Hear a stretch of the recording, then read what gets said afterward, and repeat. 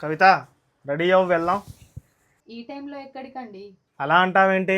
Night మనం మాట్లాడుకున్నాం కదా, ఇప్పుడు ఇలా మాట్లాడుతున్నావేంటి? లేదండి, నాకు ఇష్టం లేదు. మీ అన్నయ్యకి పిల్లలు పుట్టట్లేదని మనం ఇంకా పిల్లల్ని కనకుండా ఉండడం ఏంటండి? మీ అమ్మ వాళ్ళు మీ అన్నయ్య వాళ్ళు బాధపడతారని నాకు దేవుడిచ్చిన వరాన్ని వదులుకోమండం ఇదెక్కడ న్యాయం అండి? నైట్ ఒప్పుకున్నావుగా, మళ్ళీ ఈ రోజు సాయంత్రానికి ఎవరు నూరిపోసారు ఇలా మాట్లాడుతున్నావు? ఏంటండి అలా మాట్లాడతారు? ఒకళ్ళు నేర్పిస్తే నేర్చుకోవడానికి నేనేమైనా చిన్నపిల్లనా? నాకు అర్థం కాక ఒకటి అడుగుతున్నా. అన్నయ్య తండ్రి కాకపోతే తమ్ముడు తండ్రి కాకూడదని ఎక్కడైనా రాజ్యాంగంలో రాసి పెట్టారా? నోరు బాగానే లేస్తుందే. చూడు, మా అన్నకు పిల్లలు పుట్టేదాకా నువ్వు పిల్లలను కనడానికి వీల్లేదు, అంతే.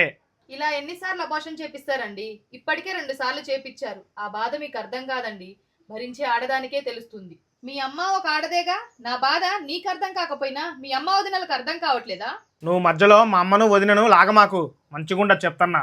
మీకు అర్థం కావట్లేదా అండి?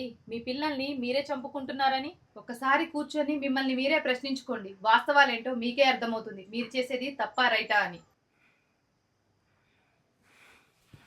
నన్ను క్షమించు కవిత. ఇన్ని రోజులు మా అన్న బాధపడతాడని నిన్ను చాలా బాధ పెట్టాను.